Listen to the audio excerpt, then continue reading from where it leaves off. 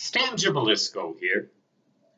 Do you remember the fear that was associated with something called the Y2K computer bug that was supposedly going to cause the poo-poo to hit the propeller when the year 1999 rolled over to 2000?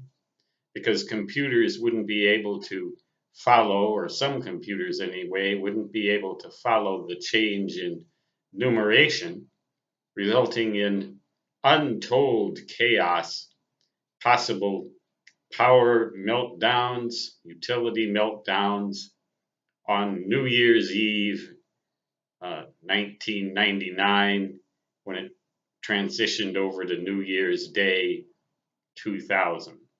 Well, that never materialized, but I used it as an excuse to move to the big island of Hawaii, Kona, the big island of Hawaii, in May of 1999. I used it as an excuse, but I really just wanted to go to Hawaii because I had the opportunity, I had the wherewithal, and I wanted to live there for a while anyway. So I went, and I figured that the power infrastructure on the big island of Hawaii was so primitive that it didn't rely on computers, and we would down there be able to more or less escape the direct effects of the Y2K bug, because there wouldn't be any computers involved. And the civil defense director down there in Kona verified that that was in fact true. There were a lot of fear mongers down there, but the civil defense director set them straight. We were all, or some of us, were afraid that the proverbial poo-poo would hit the propeller. That turned out not to be. And we went on our merry way, and it never happened, really never materialized anywhere. But we didn't know that, and I didn't want to freeze to death by staying where I was. Well, actually, I lived in Miami Beach, Florida. But although I wouldn't freeze to death, if the power went out, we all feared social chaos, and we had all kinds of horrible stories of things that might happen when the poo-poo hit the propeller. You know what that means, of course. It's just a nice way of saying, well, you know. In any case, when I got to Hawaii, I learned that the term poo-poo meant something entirely different than the kind that we were afraid would hit the propeller. It was the kind that we would like to have hit our digestive system, hors d'oeuvres of a very special kind. Very, very good. Poo-poo. And you can read the title of this video, and you can look it up on Wikipedia by the very same title. And they were very good. They were very good. And if they should happen to hit the propeller, it would be a tragedy, and we'd probably just get it all over our faces and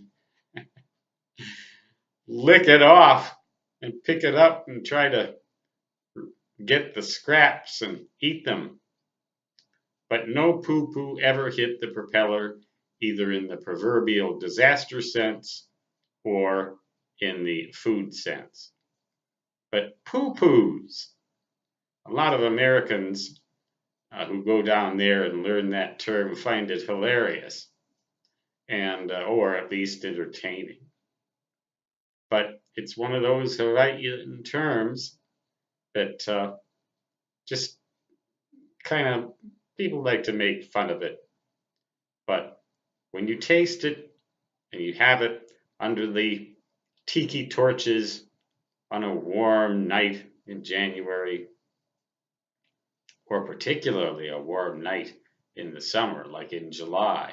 There's nothing like Hawaii in the summer, by the way. You shouldn't miss it if you can. Uh, the heck with earthquakes. The heck with hurricanes. The heck with all that. Give me a Pu Platter. And for gosh sakes, don't throw it at the propeller. Put it in on my table in the evening under the tiki torches as we talk about whatever tourists down there. But I wanted to become a resident and wanted to learn the true nature of Hawaiian society. And I did. And it was great fun. But like everything, it got old and I moved back to the States. Sometimes I wish I was still down there. But life changes. Poo-poos will never change. They'll always be the timeless hors d'oeuvre of Hawaiian culture. Bon appetit! Stan Gibilisco signing off. Until next time, so long.